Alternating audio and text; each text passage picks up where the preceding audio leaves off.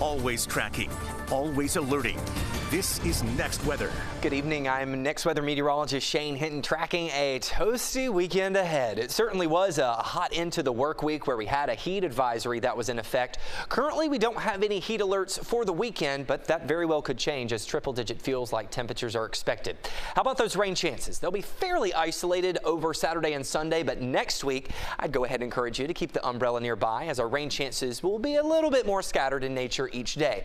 This evening, we have a 10% chance for some stray inland showers, mostly over the Everglades. Those will fizzle apart after midnight, with most of us just having a muggy evening ahead. If you got a night out on the town, maybe you're going out to dinner, light colors, loose-fitting clothing, I promise you won't regret it, because even though on the thermometer we'll be in the 80s, it's going to feel like it's in the 90s tonight. Low temperatures tomorrow morning. Our Saturday will kick it off in the upper 70s to lower 80s for most in Broward County, and Miami-Dade down in the Keys will be closer to the mid-80s. However, it's going to feel like it's probably closer to the 90s, maybe even the mid-90s to kick off your morning down in the Keys.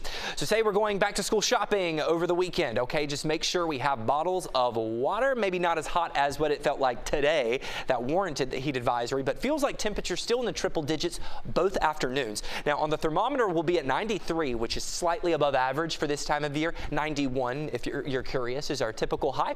20% chance for some isolated activity on Saturday. Sunday, just slightly higher rain chances, but it will not be a washout of a weekend.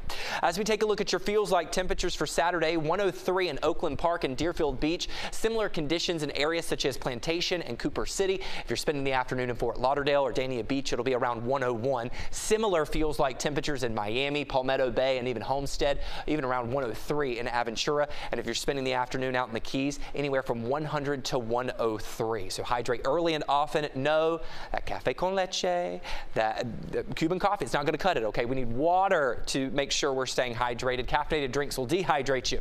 Overnight tonight, we stay quiet. Tomorrow morning, though, we could see that 10 to 20% chance for some showers and storms developing in the middle to upper Keys and along the immediate coastlines of Miami-Dade and Broward counties.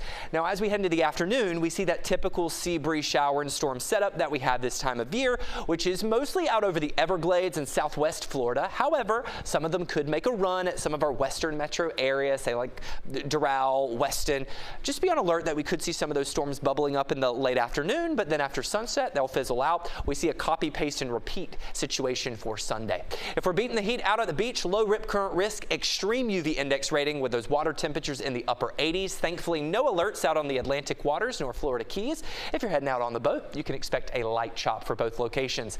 Let's get you the latest on the tropics. The update from the National Hurricane Center that came out just a few hours ago still shows that there are no areas of concern over the next 7 days.